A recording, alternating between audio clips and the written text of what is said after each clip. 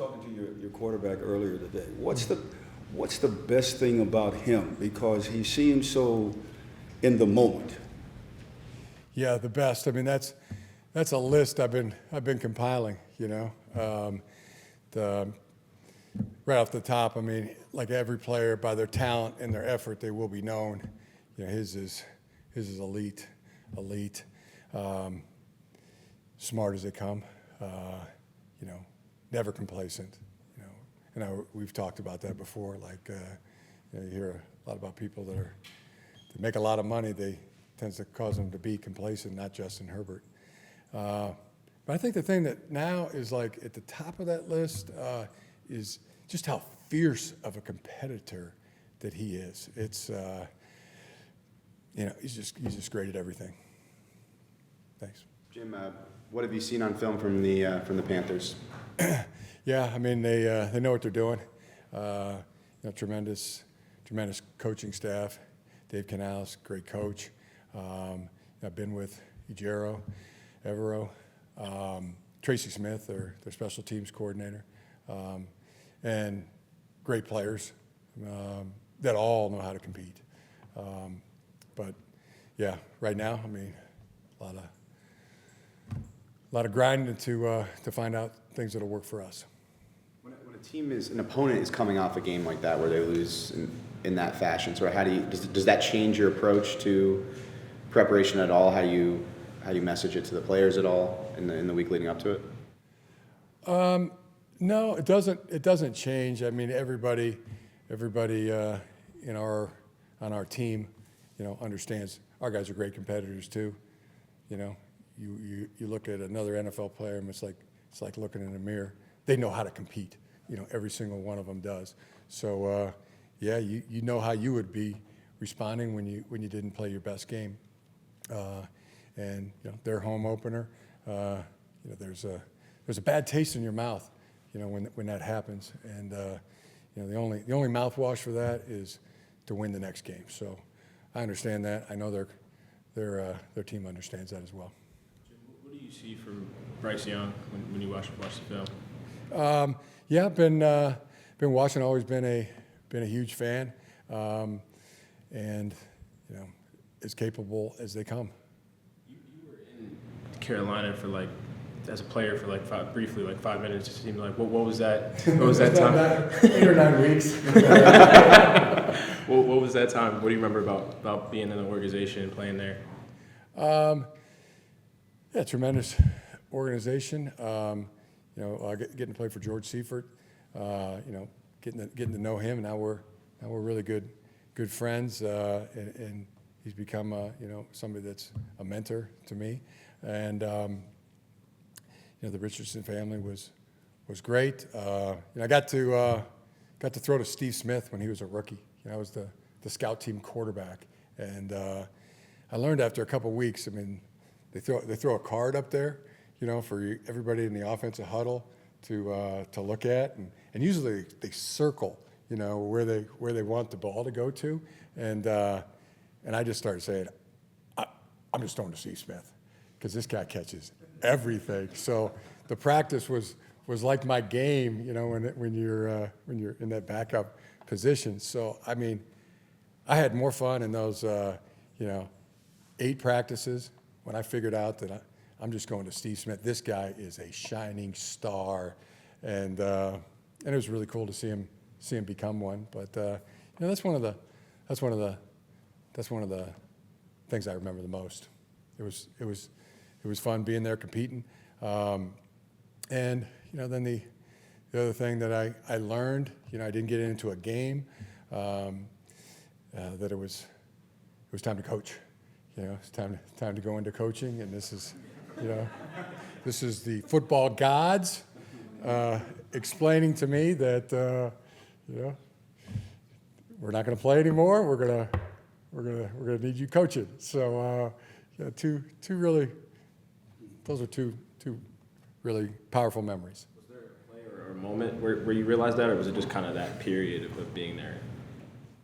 No, I mean, in my mind, I was like, I can do this. I got at least 2 more years.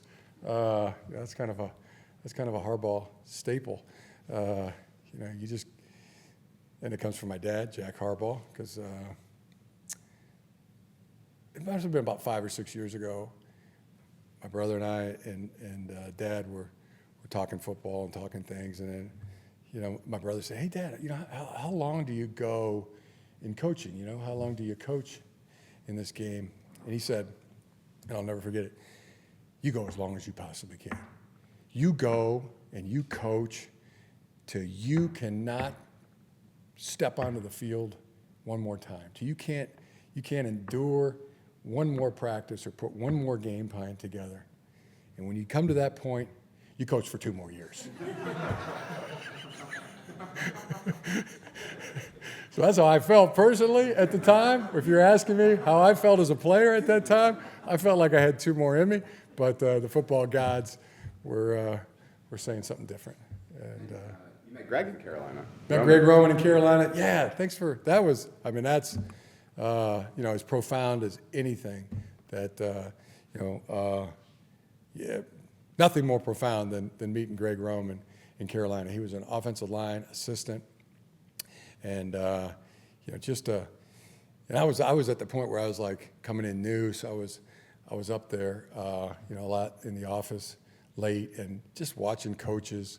Scott O'Brien, the special teams coach, I mean, just a master of coaching and of the game. And then started to look. I mean, this Greg Roman, there's the go-to guy. I mean, this guy can really, you know, teach, and he was excited to teach and to go to him to, you know, get football tips and things that I'd never heard before. I mean, it was just it was enchanting, you know, just being around him and listen to him talk and explain and teach. You know, I mean, it was.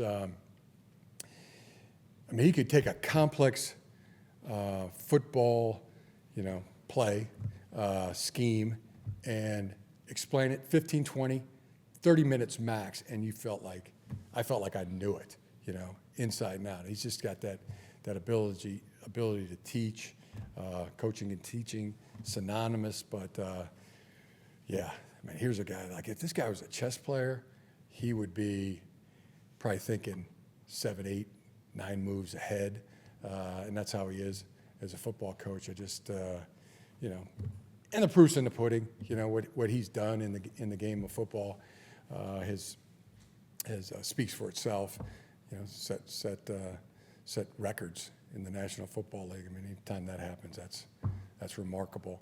But yeah, I thought it was kind of cool. Boded well, you know, for just being able to spot great coaches. You know, I knew he was a great one. I knew he was going to be was a shining star already, and was going to be, you know, one of the best. So thanks for saying. Yeah, that was the most profound thing that came out of my Carolina experience.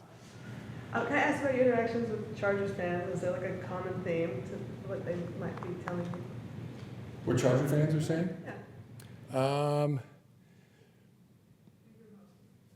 Pardon? What do you hear most from them? Oh, I really don't get out that much, but you know, I did get out. Ran over and picked up my son from football practice. The Manhattan Beach Stingrays had a practice, and he had a couple of the coaches and a few of the parents and things said you know, congrats on the game. As far as the interior defensive line, felt like from pretty early on in the offseason, you had a lot of confidence in that group, despite there being a number of young guys that maybe hadn't played a ton. Yeah. They obviously played very well, particularly against the run on Sunday. Just early on, what sort of told you that group was going to be ready to play the way that they did on Sunday? Why did you have confidence in them from so early on? I was just as the off season was going and the practices were occurring, you could see that and this is actually a strength for us. This is, you know, Puna Ford and Morgan Fox and Otito Aboinye has, I mean, nobody. I can't think of anybody that's you know, been as improved and as dynamic as Otito. and he had a stellar game, tone setter. I mean, right from the beginning of the game. I mean, in the backfield, disruptive. Was a real problem, and stopped the 3rd and 1, and was in on the 4th down stop. I mean, he was the tip of the spear. And Scott Matlock has been tremendous too.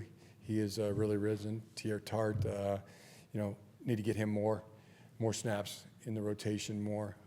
But yeah, I got to give a lot of credit to Mike Elston. Mike Elston is that guy. He's that coach. That I've seen him do it. He's been doing it. Notre Dame, Michigan, now here at the Chargers. So I think that's really true. And and the more you watch the game, and just more things stand out. When you start seeing it multiple times. The offensive line was pretty darn good. Joe Alt, in particular, Rashawn Slater just had a Rashawn Slater game. Graded out at 98%. Did everything right. The interior line, Brad Bozeman was pursuing plays like a maniac, and Zion and Pip both had really good games. Zion another great block on the long runs, both, and so that was the more I watched that, the better it got, and we can do a little bit, we can do. There's room for improvement too, which is a coach's dream. When you win, you play pretty good, and then that there's things to get better at, and probably no better example of K Mack. Khalil Mack is a absolute beast. I mean, all the little things that he did in that game. What do you have? 1.5 sack does not do him justice. That was like a 3-4 sack game. I mean, for him, he did it. I mean, I don't know if he got all the credit for it, but and the tip pass at the end of the game, the scoop and beast run. I just woke up today. I mean, that was the first thing I thought of. K Mack. He's on our team and definite Hall of Famer. There's no question about it. And you talk about the humble superstar. There should be a picture of K Mack right next to that saying. There is never any shameless self-promotion with him. It's just all leadership and tone setting. And I'm just gonna been doing it, but I'm gonna keep doing it. Hey, K Mack, what do you think of this?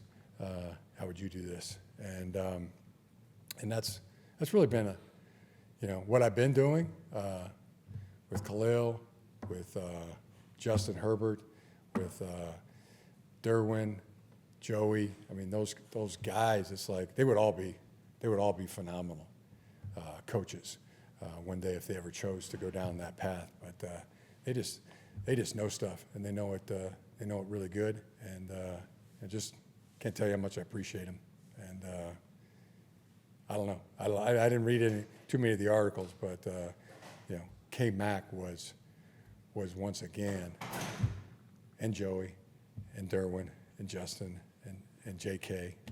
That was some incredible performances in this game this past Sunday.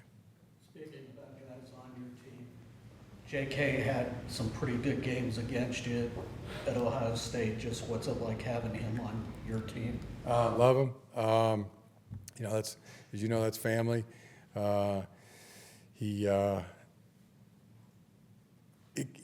There's not too many things that are more impressive than when you see somebody that has a season-ending injury that comes back and then is, up to that same standard, or maybe even a little better. Faster, quicker, stronger, and what when that takes place is the grueling rehab. I mean, grueling. We're talking about Achilles or ACL or any of those type of injuries you don't come back from very quickly. I mean, that is grueling type of rehab.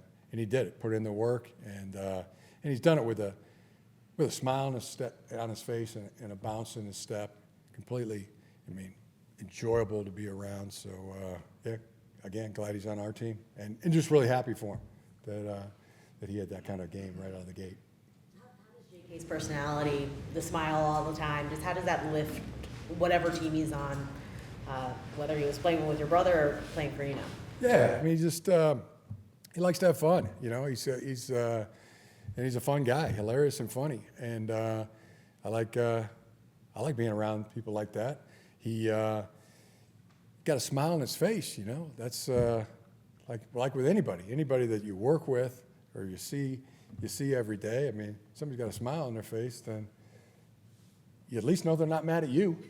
You know, I enjoy you know, engaging with people like that. You know, don't have the cloud over their head. You know, like what was that Buffunk cartoon character? Remember that one, Jim? I don't know if I'm pronouncing that right, but he always had the rainy cloud over there. I mean, that's not JK. So, and just generally, I mean, I love guys who like football, and guys who like football, they like me back, and I like them back, and even guys that don't like football, I mean, they try to avoid me because I'm always trying to get them to like football more. But yeah, that's never an issue with JK. Did you end up taking the game ball back from him or getting him a separate game ball? Yeah, we got him a separate game ball. I ended up with that one. One more thing. Stop the presses. One more thing for me on just on Bryce. I mean, did you when you were in college, did you spend a lot of time? I know obviously he was in SEC, but did you spend a lot of time watching him or seeing the stuff he was doing? Just through the keyhole, really. I mean, the time we played Alabama, we played Mac Jones first. Yeah, so never went against him or studied him like that, like we're doing now. When you were coming into the league, did you feel like a pressure because you were a first round pick, you obviously a quarterback? Did you feel like a pressure to deliver? Like what was that like coming into the league at the time as a first round pick? There's an expectation as a draft pick. I mean, that's just facts. You know, the higher you are picked, I mean, the higher expectation there is. On the first and second rounders, no question about it. But there's the same pressure, you know, on everybody that's drafted, you know, and you know, making the team's usually a given, but I mean, you're no matter where you're picked in the draft, there's expectations. You know, make the team, perform. You know, perform at the highest level. Perform. Compared to other people that are picked at your position, or you know, where you're picked in the draft. I mean, that's the nature of the business and the nature of the draft. You guys are going to spend the week in Charlotte between Carolina and Pittsburgh. Just the thought process there for you. I think it's a great time to do it. I mean, it's not the most ideal thing, you know. I mean, I'm sure everybody would rather be sleeping in their own bed, back in their own house. But you know, the 1 o'clock Eastern time kickoff really necessitates that's 9 o'clock or that's 10 o'clock our body time, and you know, getting acclimated to that. You know, plus the you know, you take out the 20 or so hours of travel time, and let's just other benefits. Let's just focus on our football, man. I mean, we get to be all together, you know, again for a whole week, almost a la training camp type of style, and you know, so some definite team bonding, you know, to be had, you know, in that kind of environment when we're all together, you know, like on the road again, you know. Willie Nelson just popped into my mind, you know. Let's do it and focus on our football, man, and see if we can keep the world turning our way. And the guys have been great. Let's do it. And there's no reason why we can't have some fun. Let's bring the board games and the snacks, and it's a team that enjoys each other's company too. What I've noticed. So I think there's multiple positives we can get out of it. What's your board game of choice? I have. It's Monopoly. I just don't have enough time to play it. But chess. I like chess. I'd say I'm going to go chess as my favorite one. You didn't want to spend the week in Youngstown again? That was you can't fight the statistics on that. I mean, Youngstown was really good to us at the 49ers. Close to Pittsburgh, too. Yeah. Well, we got a really great friend, Biff Poggi, who's the head coach at UNC Charlotte, and we'll be right there in Charlotte. So, that's just set up the absolute best way. And Biff does morning practices with the 49ers, and we're more of a 12:45, 1 o'clock, closer to kickoff. So that's gonna work out really good. So yeah, we preferred going that route. You didn't want to, I know one of the stories from Youngstown, just in the parking lot, you had to circle the buses around, you're no fear of doing that again? You had to do a walkthrough in like a parking lot and you circled the buses around so nobody could see them? I don't remember that. You mentioned just Sunday after the game about just the I'll say you did that. I just don't recall that. just like the most you can make the most amount of progress from week 1 to week 2. Just what Sounds is like something I would do,